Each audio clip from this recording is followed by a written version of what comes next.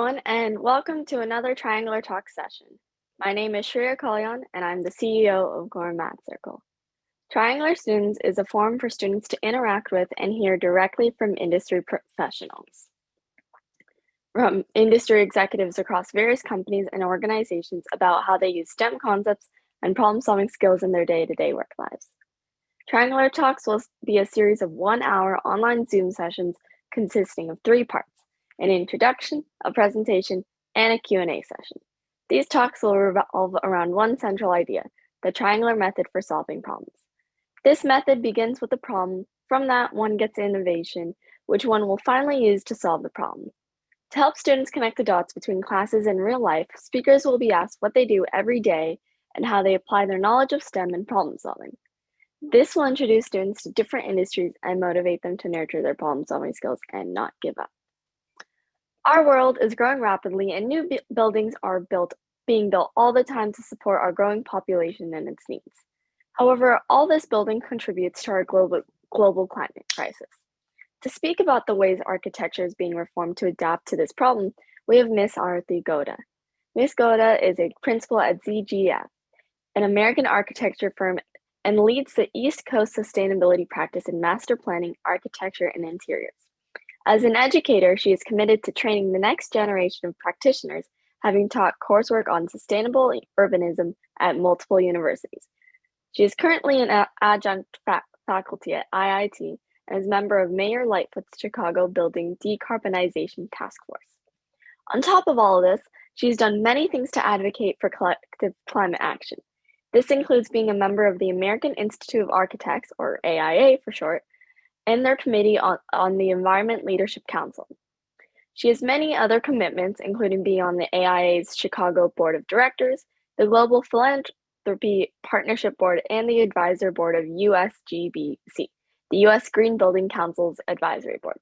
She has won many awards for her work, including the Green Building and Design's Woman in Sustainability Leadership Award. With that, I invite Ms. Gowda to take the floor.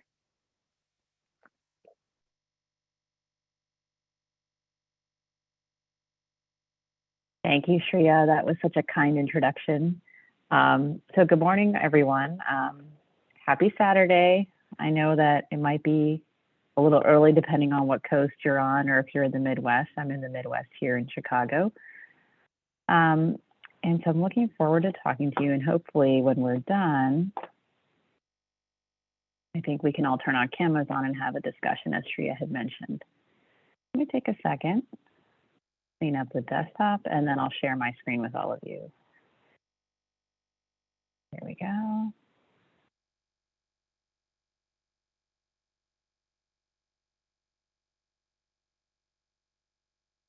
So as Shreya had mentioned, part of what I do in my work is think about how we can decarbonize the built environment. How can we move away from a resource extractive built environment and move towards net zero? And I'm going to start the talk just by talking a little bit about how I got here, and that might be something that you're all considering. So what would be a good career path for you? What can you make a living off of? But what will you enjoy as well? So probably when I was your age, I was very introverted. I was shy. I definitely wouldn't have had the camera on. And it was hard for me to speak publicly. For those of you who maybe caught how my name is pronounced Arathi Gowda. And interestingly enough, because I think obviously the organizers are of Indian descent, but from a technology perspective, Google Translate, some of that technology is happening in India, and in fact in Bangalore, that's the tech capital of India, where my parents are from. So if you ever were curious about how to pronounce my name or other Indians' names, you can often put it into Google Translate and hear a very authentic way of how to pronounce our names.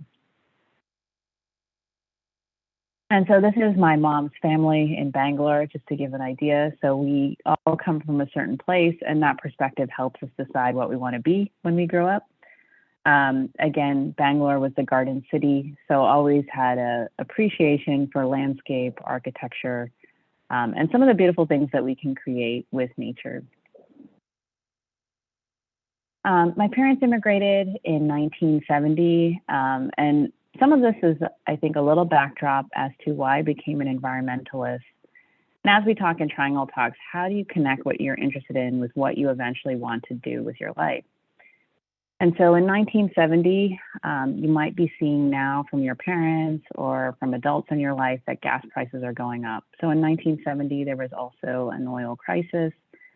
There was an embargo on oil from Iran, and that was a lot of the supply. And so the costs went up economically. And so that was kind of a beginning of a consciousness amongst people too, that this resource might have some polluting implications. At that time, my parents were here, immigrated, and me and my brothers were growing up, assimilating in the United States, really more American than Indian, I would say. These are some of the pictures from us as we're growing up, and me growing up too. So these are the colors in vogue when I was growing up. I feel like they're coming back in style. And really, I was born in 1979, and so one of the things that was happening, I believe, of course, we're now coming on the 22nd or 52nd anniversary of Earth Day next week, April 22nd. But in the 80s and 90s, there was what I would call planetary lethargy, in a sense. So people weren't necessarily that clued into the environment. And here you're seeing a picture of our now President Joe Biden. But at that time in the 80s, he actually worked on the first climate change legislation with Ronald Reagan. It was historic, it was bipartisan. So that was the first time that our government acknowledged that climate change was an issue. So it was in the early 80s, just as I was a little kid. And I went to school in Carnegie Mellon. So again, I was thinking about the environment. I was in Earth Club. I wanted to combine some of my interest in art and technology and the environment in a career. And so Carnegie Mellon had a program that was really focused on the environmental aspects of architecture, the technical aspects, and here you're seeing a building that I took classes in. You can see it's a historic building, and on top is a very modern wing that does a lot of research on technology, air quality, the workplace of the future, so how we can make people really comfortable as they're working and improve productivity, and I would say happiness as you work. After school, like many of you, I was thinking about where do I want to be? So part of where you go to school is where do you want to live and what that quality of life is. And so I took a trip with friends after I graduated and visited national parks, which you're seeing here in blue and red for cities. So I was trying to decide what city to move to and then also trying to take in some of the landscape aspects of our beautiful country. And so from that, there was a lot of drawing, there was a lot of introspective, there was a lot of thinking about quality of life. This is from landscape, the landscape arch in Arches National Park, a very, very beautiful environment and one that we should be protecting. And so as I came out of school, I landed in Chicago and I worked for a firm called SOM. Now I'm working for a firm called ZGF. But that firm, like many others, was thinking about how to improve sustainability in the built environment. And as we talk about problem solving, it is difficult to get that built because it's a little bit different than business as usual. So one of the things that the architectural community did to try to solve some of these big problems that perhaps we couldn't solve alone was to create a series of standards, certifications, and other ways of measuring what good, better, and best is in the built environment. And in that sense, challenge our clients and ourselves to push towards those better goals as we moved ahead. And so some of you may have heard of some of these things, like the Sustainable Development Goals, or learned about them in class.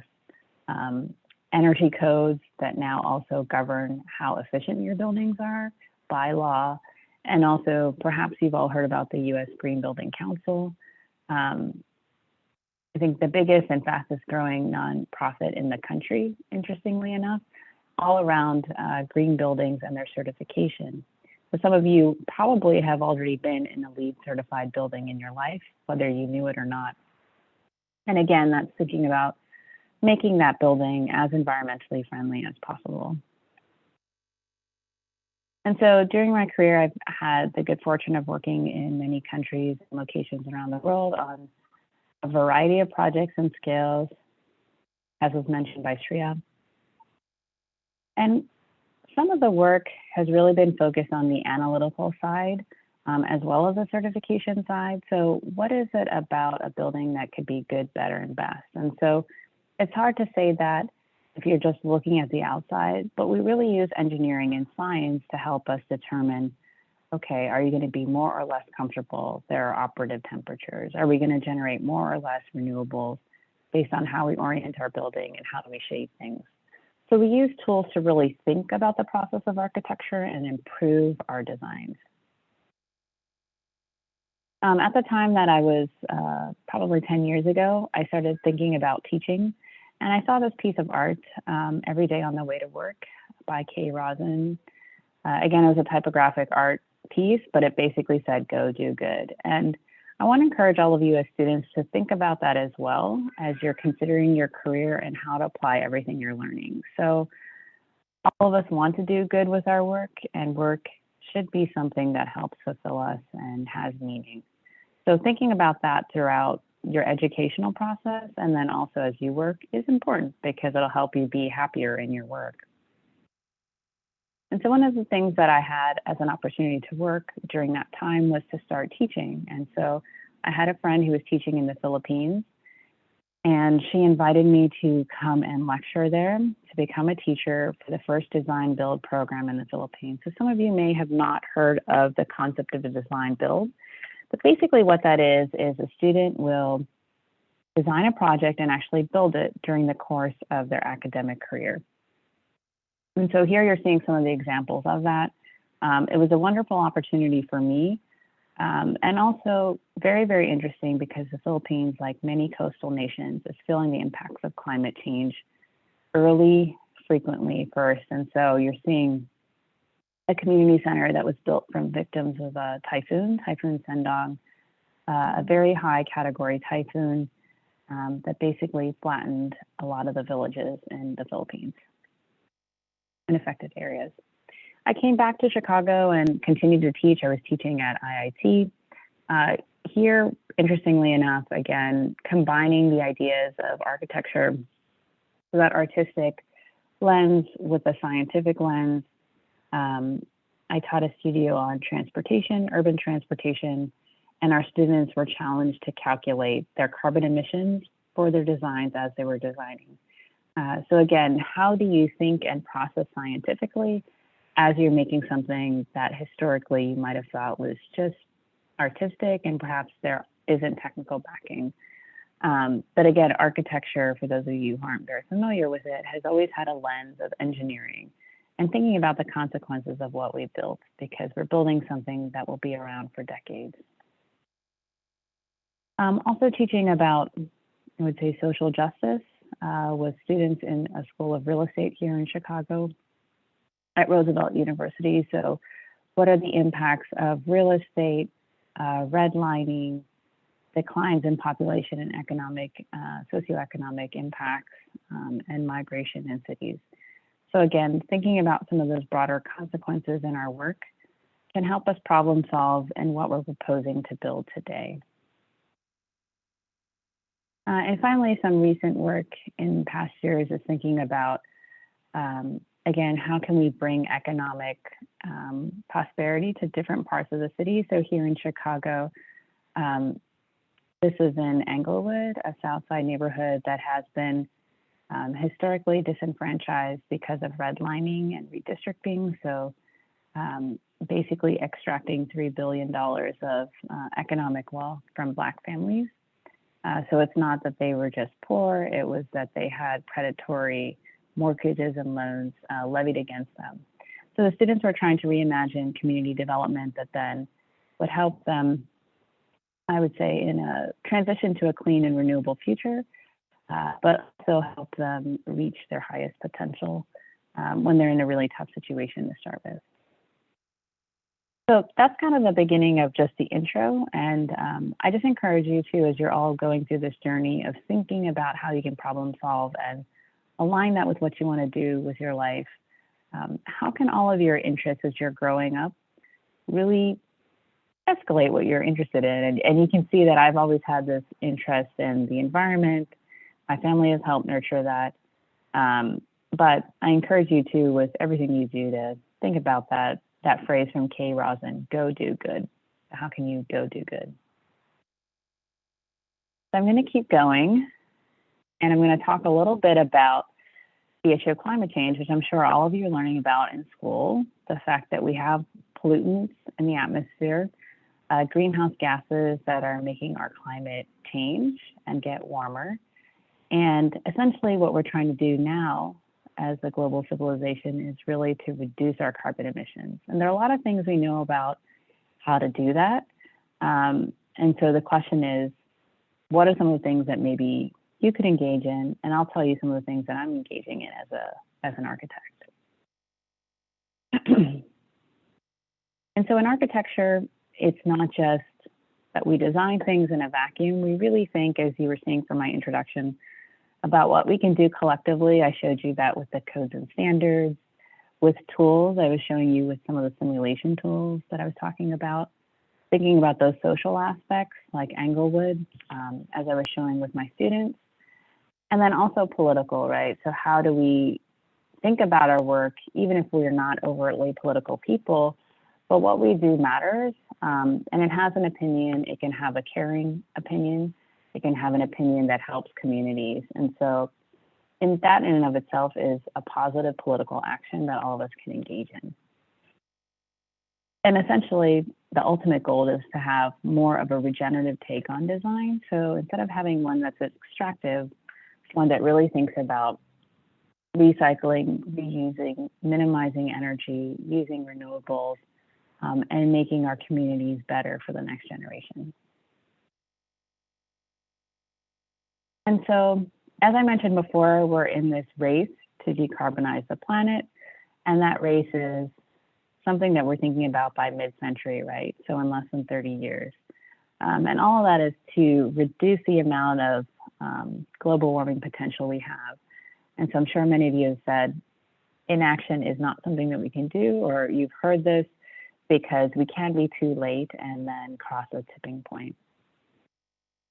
And so one of the interesting things, it's not to be worried, but it's actually quite exciting in terms of thinking about a net zero carbon economy, is really that we're in a decade of action. So I found it very exciting and more interesting to be in a sustainable discipline. I'm sure it will influence a lot of how you're thinking in your careers. And essentially, regardless of what path you take, you'll see that there's a lot of emphasis that now we're seeing in every industry, every cross-sectoral industry, in STEM, in the humanities, in the arts, thinking about climate change and sustainability. And this decade of action, when we're trying to bend the carbon curve down, is really happening between now and 2030. So it's an exciting time to be out there, trying to make change, trying to positively influence things.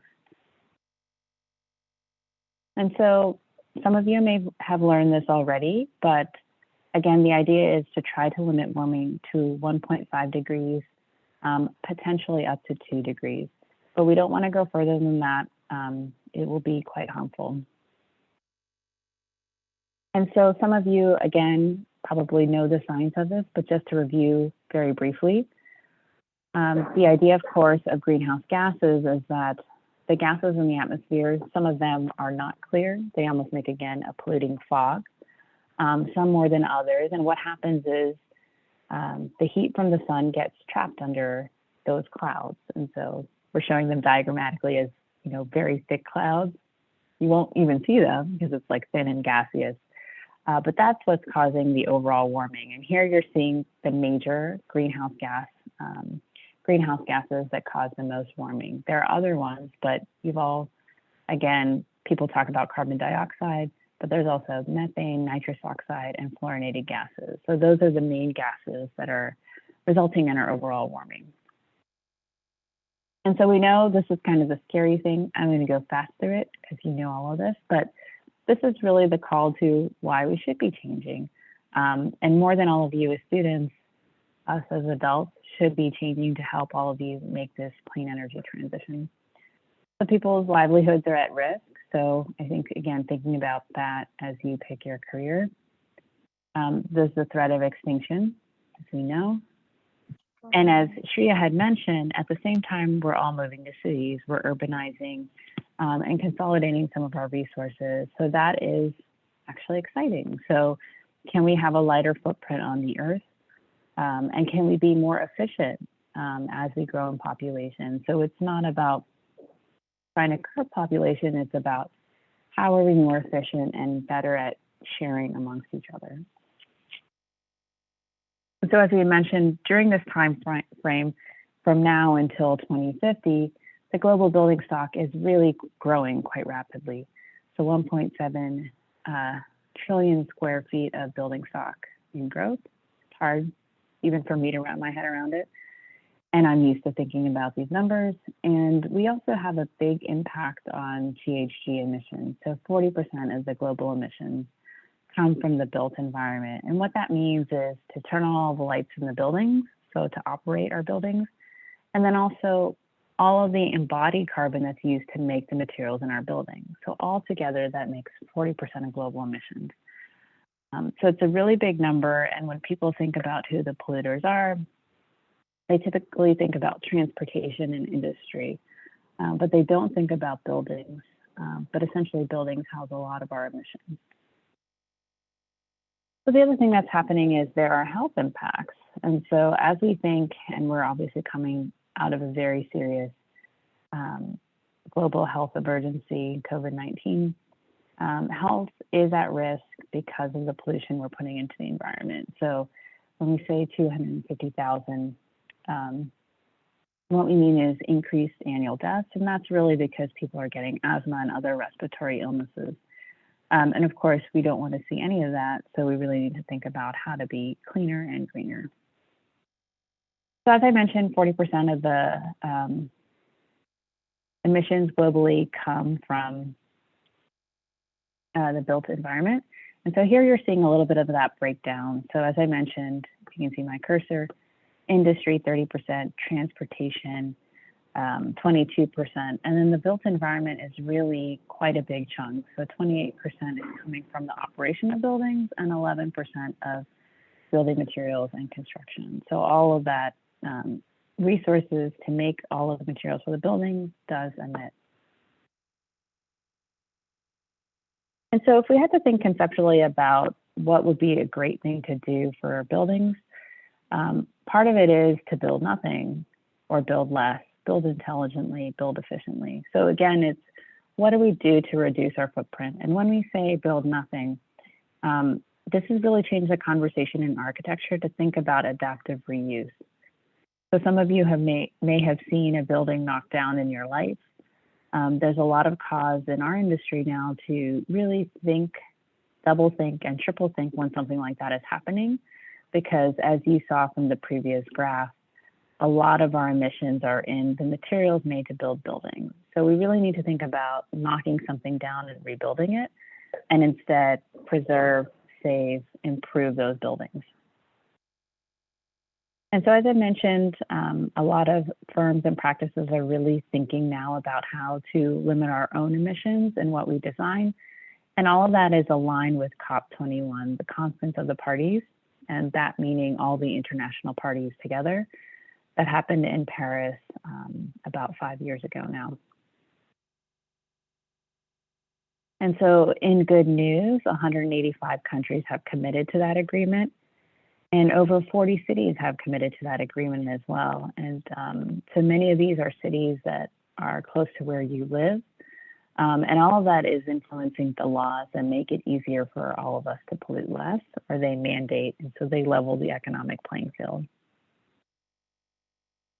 And so I'm going to get into a little bit more of the science of this, and I'll slow down as I talk about the formulas. And this is, again, breaking down what might seem pretty complex to all of you, as you are students that might not have known much about architecture before I started talking about this.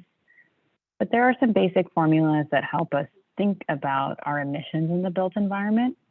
They help us set goals. And again, the idea is when we set a goal and we understand an emissions limit, when we're designing, we continue to check back on those emissions limits and try to reduce so we stay within those emissions limits. So the first thing is embodied carbon. So I mentioned that when we build a building, we use materials. Those materials create pollution.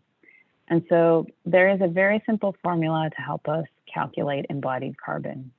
So that's the quantity of material, and we separate it out by our various materials. So imagine brick, steel, glass, carpet, ceiling tile, gypsum board for walls.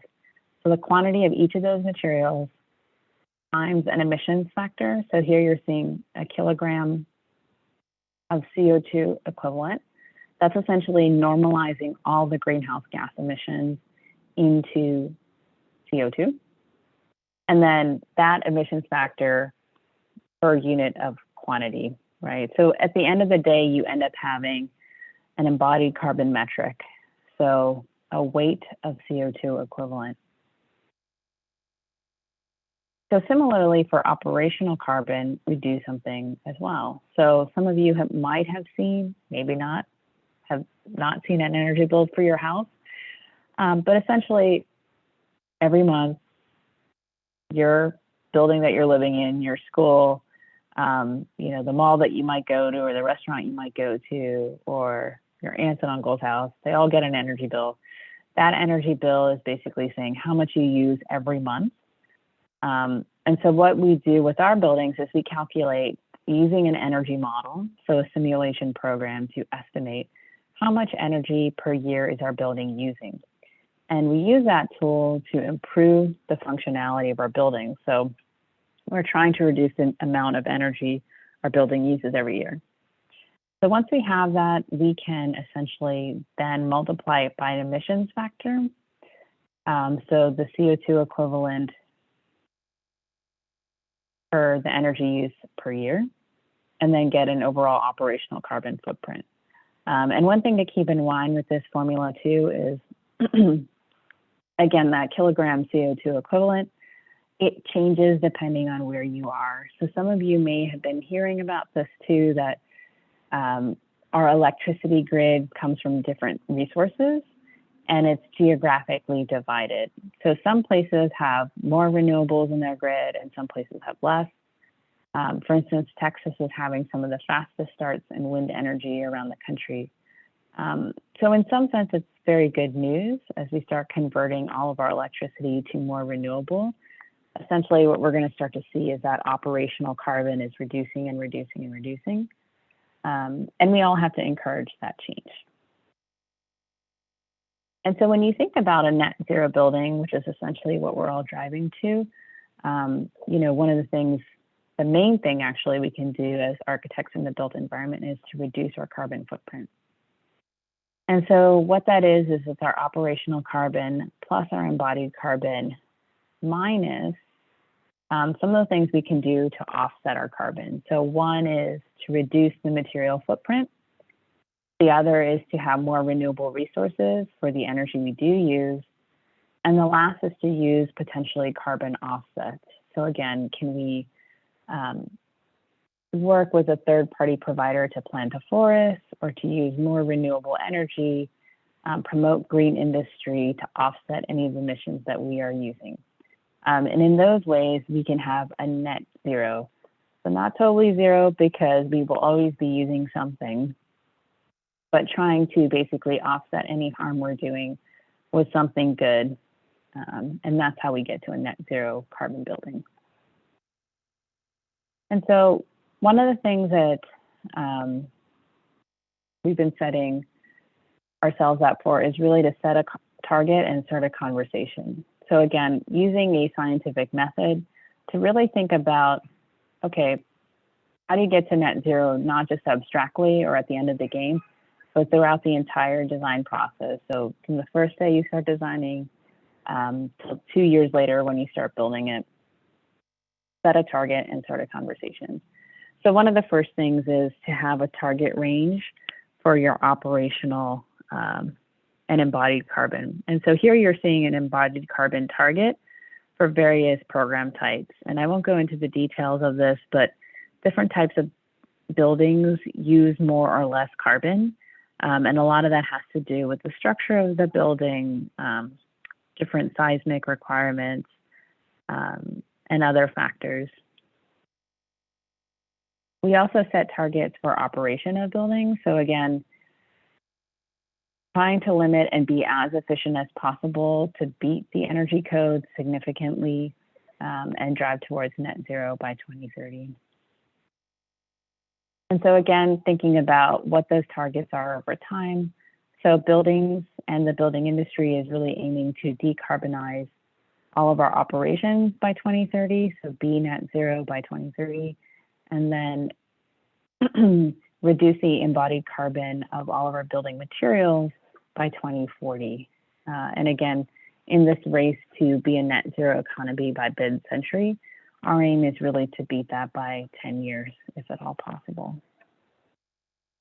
And so as we mentioned before, on the operational side, it's really to reduce and then use renewables.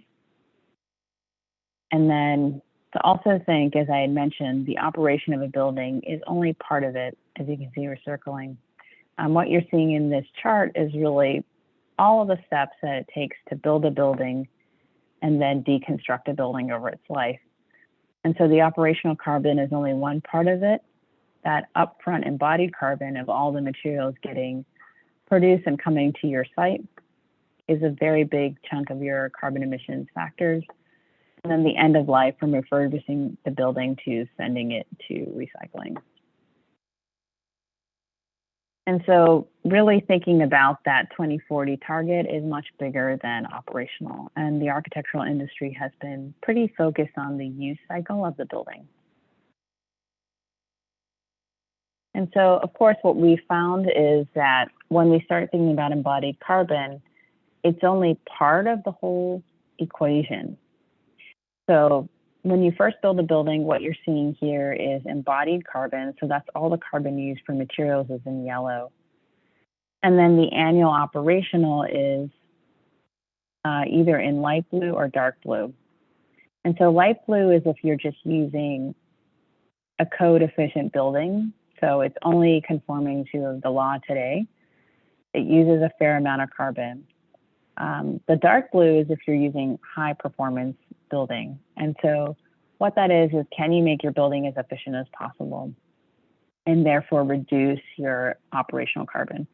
And as I mentioned, part of that process is setting a target, building an energy model, so analytics that then can help you improve your design. And again, something that we're very interested in. And the question will be, can we race to both improve the operations of our buildings, but also recognize that the material footprint is really a very, very big impact and very early on.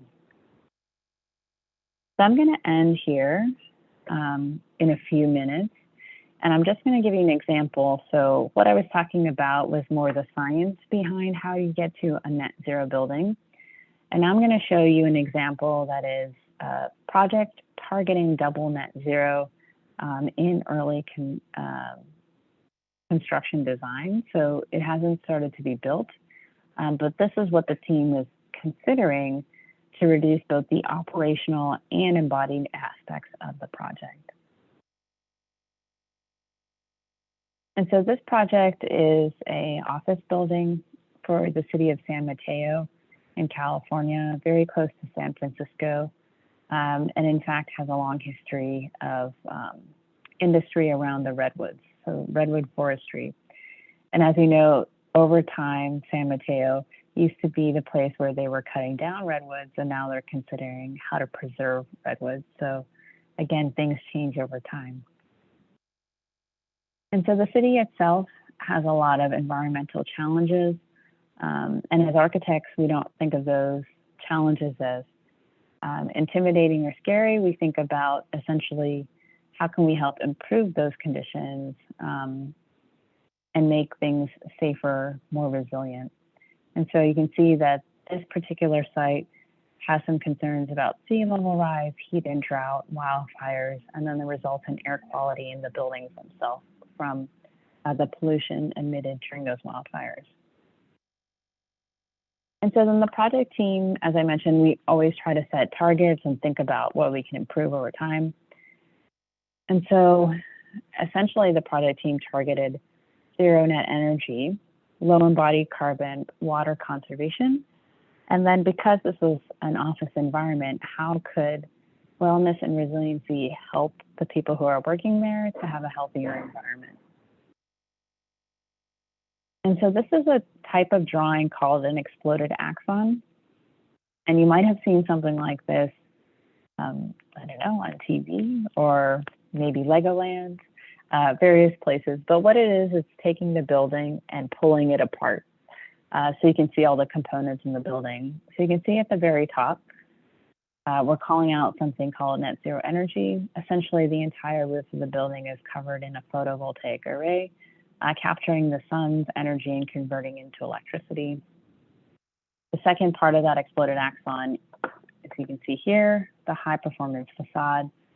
So again, a very nicely insulating envelope that reduces the amount of heat gain and heat loss, thereby reducing the heating and cooling energy used for the building. The inside of the building, all the structure that helps hold up the foundation, the wall, the exterior is low carbon, and I'll talk a little bit about that. So this is the majority of the materials in the building. So it's important for us to think as architects, what is the most resource efficient way to build that? Again, to save resources and carbon. And then at the heart of all of this is really defining a public space, a place of gathering. So in addition to all those technical environmental aspects, we want to build a building that people want to be in, that will be preserved over time because it's not ugly, it's beautiful, and it elevates the spirit. So again, getting back to that idea of preservation, we do want to preserve things that we believe are beautiful. And sometimes we want to knock down things that are ugly. So it's really important as designers to build things that people want to preserve and maintain. And so in addition to just that roof of photovoltaics of the new building, we're also adding photovoltaics to a parking structure. So that gives you an idea for this building to use as much energy as it produces on site. It needs more than just its roof. It needs its roof and an adjacent parking structure.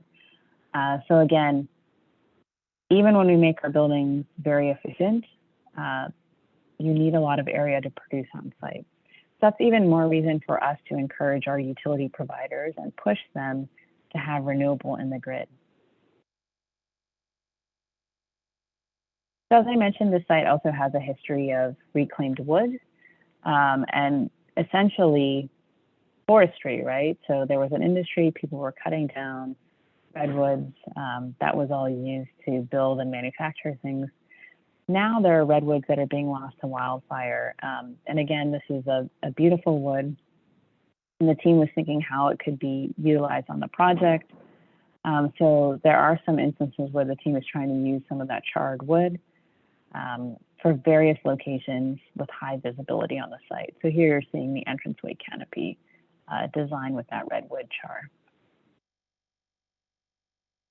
As I mentioned, the inside of the building is thinking about how it can lower the embodied carbon of all of its structures. And one of the major things is for the structural engineering team to utilize wood to hold up the building. And that's very common in residential construction. It's not so common in commercial construction. And so some of you may never have been in a building that was fully timbered. You can see here, maybe, I'm in a 100-year-old building and I'm panning up. I don't know if some of you are seeing it, but it is a timber loft. And we don't often have beams or pieces of wood that big anymore because we forested all of them. And so now what we do is we make something called CLT, so composite lumber. And basically what that is doing is laminating together thinner pieces of wood to make them strong enough to hold up heavier buildings. Commercial buildings are heavier than residential buildings. And so you're seeing a little bit here, another exploded axon that's looking at material and construction optimization. So the design team in this, in terms of their problem solving and innovation, has to think about how to build something as quickly as a standard construction in concrete and steel, but now out of wood. And the people who build buildings aren't used to doing this. It's a new process. And so there's a lot of thoughtfulness that the engineering team puts into how to make this quickly and efficiently. So can it be manufactured in a way off-site that when it comes to the site, it's easy to build and put together. Again, think about the Lego parts. So how do you make a kit of parts that's easy for someone to put together?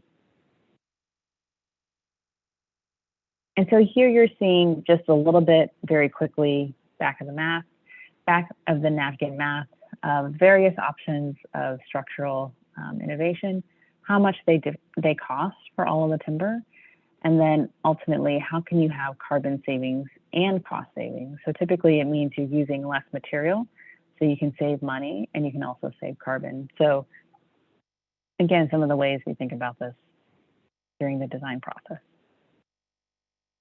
So altogether, the idea of moving from a conventional steel or concrete building to a mass timber construction saves about 85% of embodied carbon. And so the team was really thinking about, on the interiors of the project, how more embodied carbon could be reduced. So first, it was thinking about where are the most materials used and how those could specifically be reduced.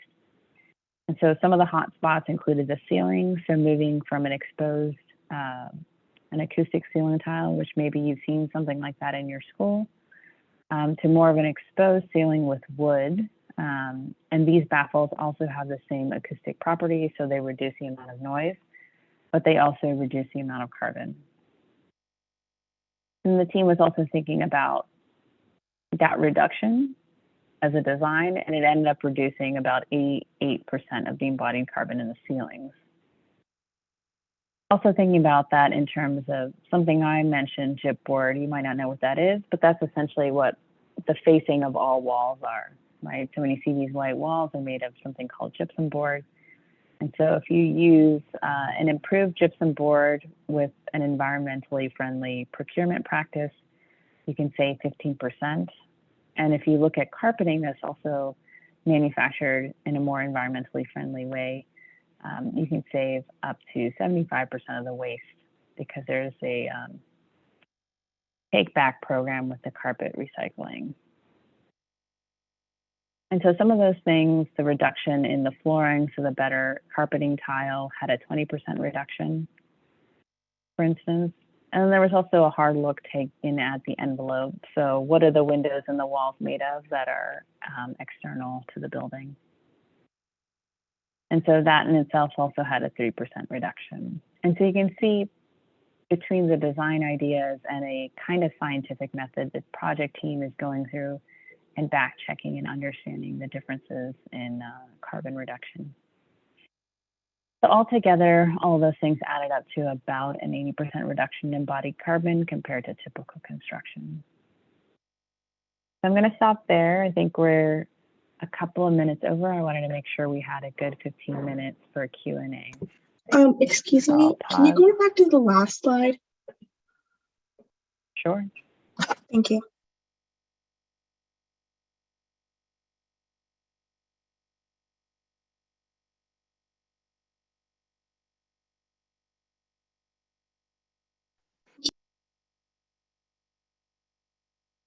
I see one raised hand, Eden. I have a question. I'd heard that remember when we saw the global emissions, like this, the what's it called, the graph? There was the 8% of other. Yes. And I'd also heard that a large part of global carbon emissions were from released methane from ice. Yes. Is that the 9%? And I think, yes, I think that is partially like, so these are the man-made contributions. So part of this is like industries that have not, I would say like released reporting, but there is also the natural cycle. So this, I don't think includes the natural cycle. It's more like, what are the impacts of man-made pollution? And I think you're asking a really good question, Eden, though, because there is a lot that's happening, and we're starting to learn about that even in the built environment from these natural sinks that are sequestering as we mentioned, like, so forests sequester, and we may be trying to get offsets to forests so we can reduce our impact. But then some of these things are releasing. So the methane is releasing. And so that also is a big thing that's starting to be understood. We, in the last couple of years in the built environment, to give you an idea, are starting to understand that when we dig a hole in the ground, we're releasing carbon, right? So soil also sequesters carbon over time, right? So you think about it, it's like decomposing matter. So when we move that all around to dig our foundation. Would does that mean when is that part of like the material?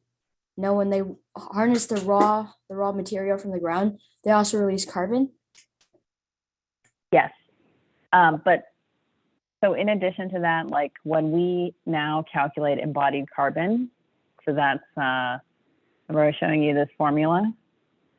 So when we're talking about our fabrication and construction of our building, we also take into account the emissions released from building our foundation. So foundation is like, think about a basement in your house. When you dig into the earth, that soil releases as well. So it's not part of the materials and systems. They may be releasing, but we specifically move soil when we build buildings that are partially underground. So is there no way to so the only way to like dial down the emissions is to like not dig holes at all? Yes. So that's, remember I showed this graph?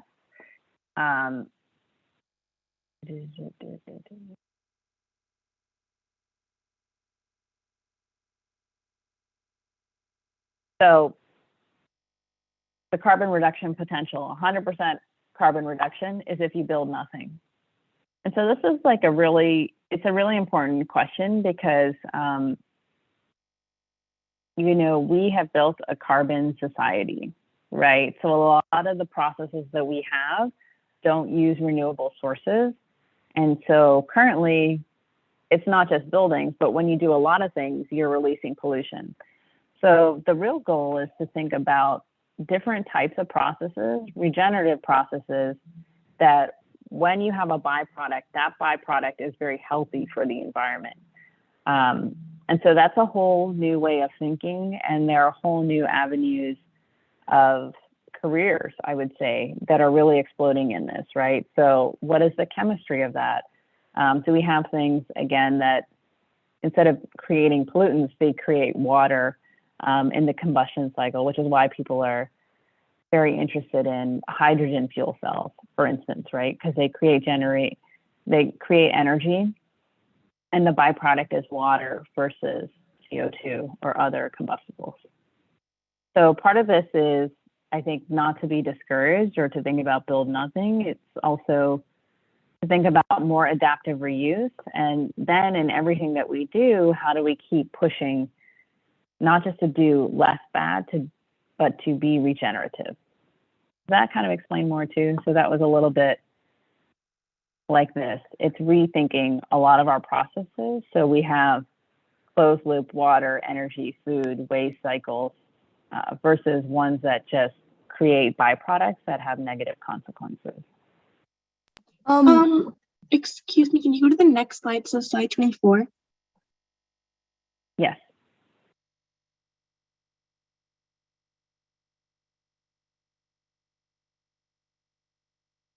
Have you guys seen something like this before?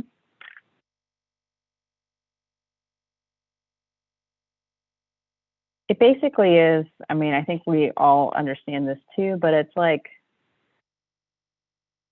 there's a lot of change coming our way. And I think as young people, it's easier to change. I think you may see from older people in your life, it's hard for people to change and they get stuck and maybe they get frustrated or angry. And I think the one thing to think about, because we have to be optimistic, we have a lot of problems we have to think through and react very positively to. I think pretty optimistically about the changes that are ahead. And part of it will be, to be successful, we have to be optimistic and we have to be pretty fluid. So change can be hard. And that's one of the things I want to encourage all of you to think about is how in the way you're learning, the way you think about a new career or what your career could be, how do you set yourself up to be fluid and change? Because everything I'm saying today, and you know a lot of the science behind it, you've been learning it in school or reading about it, it is intimidating, but it is solvable. And so I didn't share all the slides, but there are hundreds of techniques that we're starting to deploy just in the built environment. But every field that's touched by science, math, technology, engineering is really thinking about different ways to tackle this issue. And so there's a lot of excitement and there's a lot of energy around pushing the envelope towards the change that we need to see. What happens when the human population increases?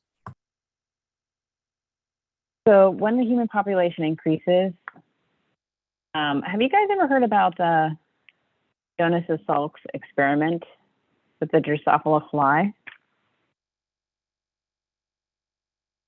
I'm hearing a no. I'm not hearing anything. Eden is a ringer. Is like, I don't know if that's your full name, that's your handle, but so basically he did this experiment. Jonas Salk is the guy who invented the polio vaccine. If you don't know about him, you guys should really look him up. He's probably the greatest American humanitarian, bar none. So he had the opportunity to make a lot of money off the polio vaccine. He chose not to do it. He chose to have a building built. That was the one thing he asked the government to do for him so he could continue to have a research center. So he got the Salk Institute built in La Jolla, California. It's an infamous building built by a famous architect, but a true American hero because he chose not to take money. He chose to go do good, as I'm encouraging all of you to do. So he tried to think about how he can help other people. And so one of his experiments that he ran with his research group was about Drosophila flies. So he put a group of flies in a closed bottle. So think about the bottle as almost like a biome, like the Earth, right? There's finite resources or within the atmosphere, and we're all in this together. And so what he saw was that there was a rise in the population, and the population would rise, just as we're seeing, there's a specific curve, and then it would collapse because the bottle was closed, right? And so he kept running that experiment, and they kept dying. And what was happening was essentially as the fly started dying, there was more and more dying, and there was a rate of decomposition within this closed biome bottle that created so much pollution that then it poisoned the rest of the colony. So there's something called colony collapse, and maybe you've heard about that with bees or other animals. And so what he figured out with this experiment was there was a way to siphon off that pollution. And when that happened, the population stabilized and in fact could even grow again. And so I know there's a lot of fear mongering around population growth. And some of it is actually, I don't want to impose my political mentality, but some of it is almost fear mongering around people who are poor, people who are different, people of color, other countries that might have more population growth because they're just in a different phase of growth cycle.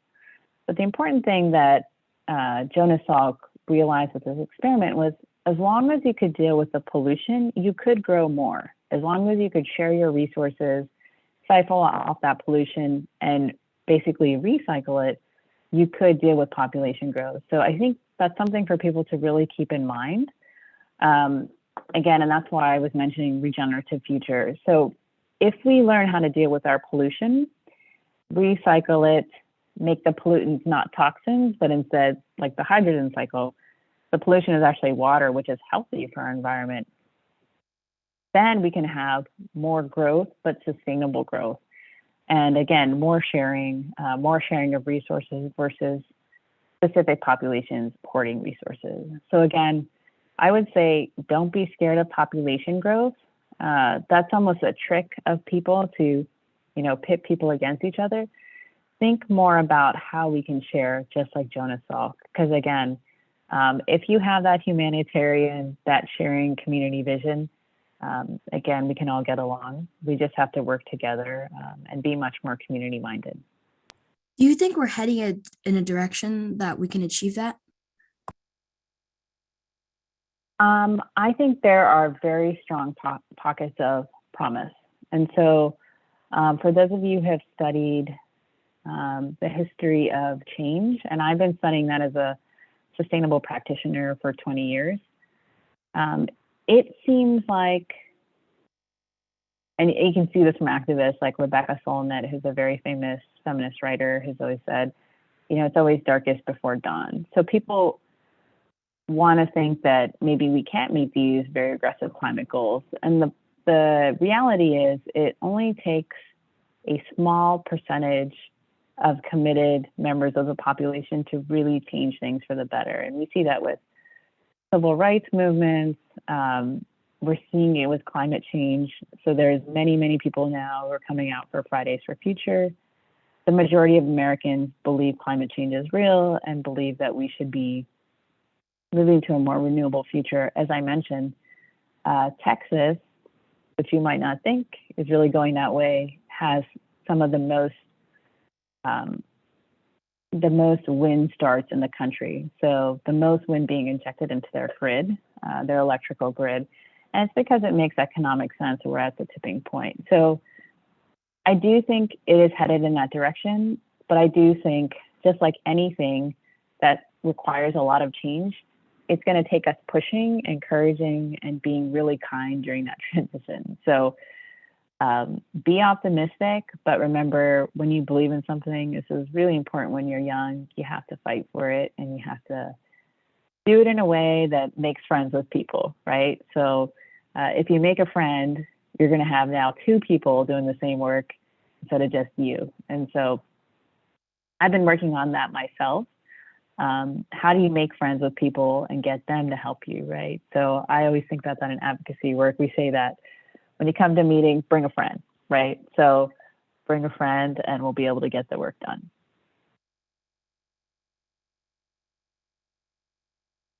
Like Eden, you got a lot of questions. Anyone else have any questions?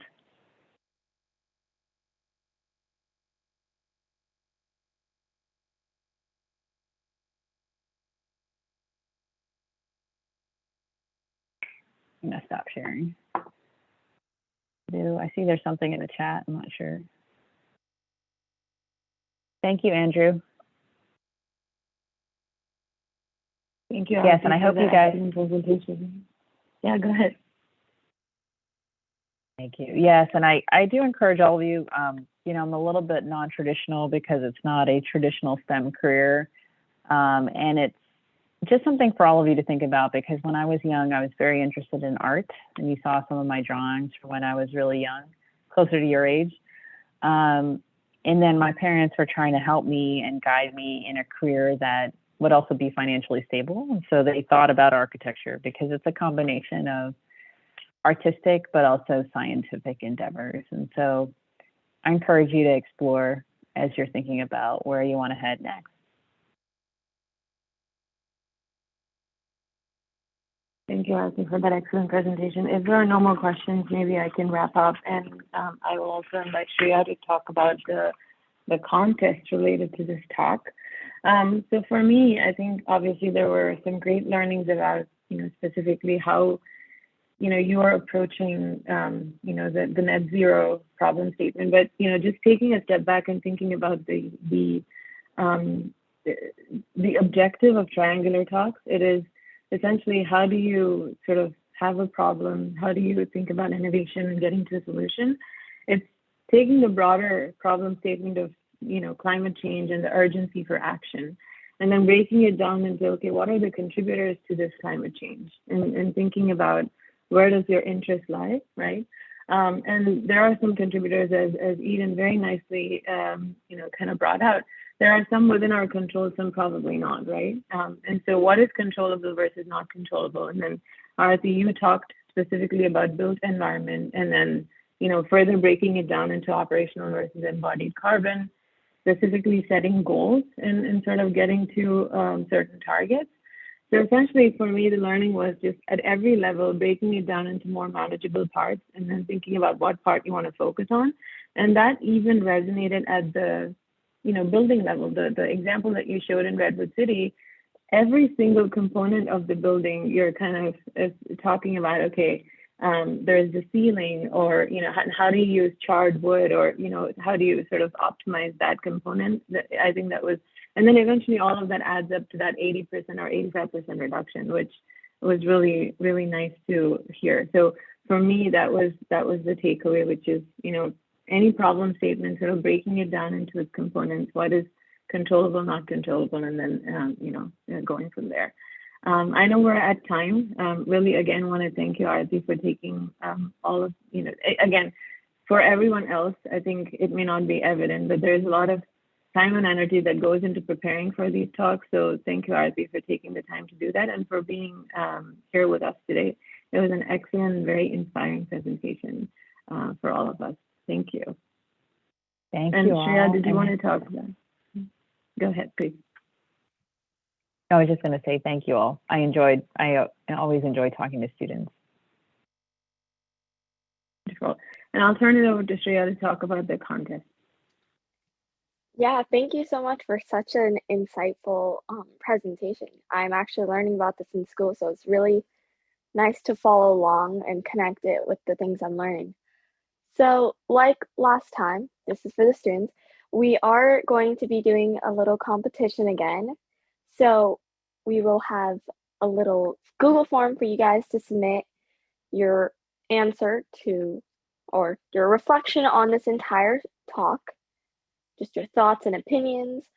You're welcome to present it in any way you like, but it will be writing, and I will put the Google form submission link in chat, so you guys can definitely check that out, and the flyer will also be sent out shortly. But if you do participate, good luck, and more details are on the Google form and flyer that will be sent out. Thank you. All right. With that, we will conclude this session of Triangular Talks. Again, thank you, Arathi, and thank you, everyone, for joining us this morning. All right. Have a great weekend. Bye. Thanks all. Goodbye. Thank you. Bye.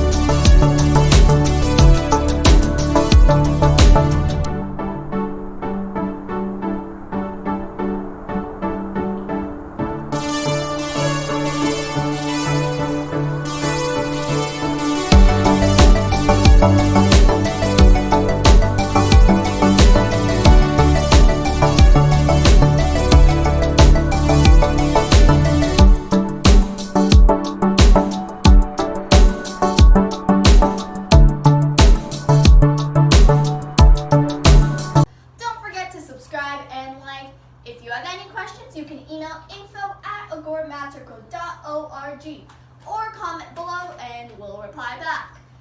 Maybe.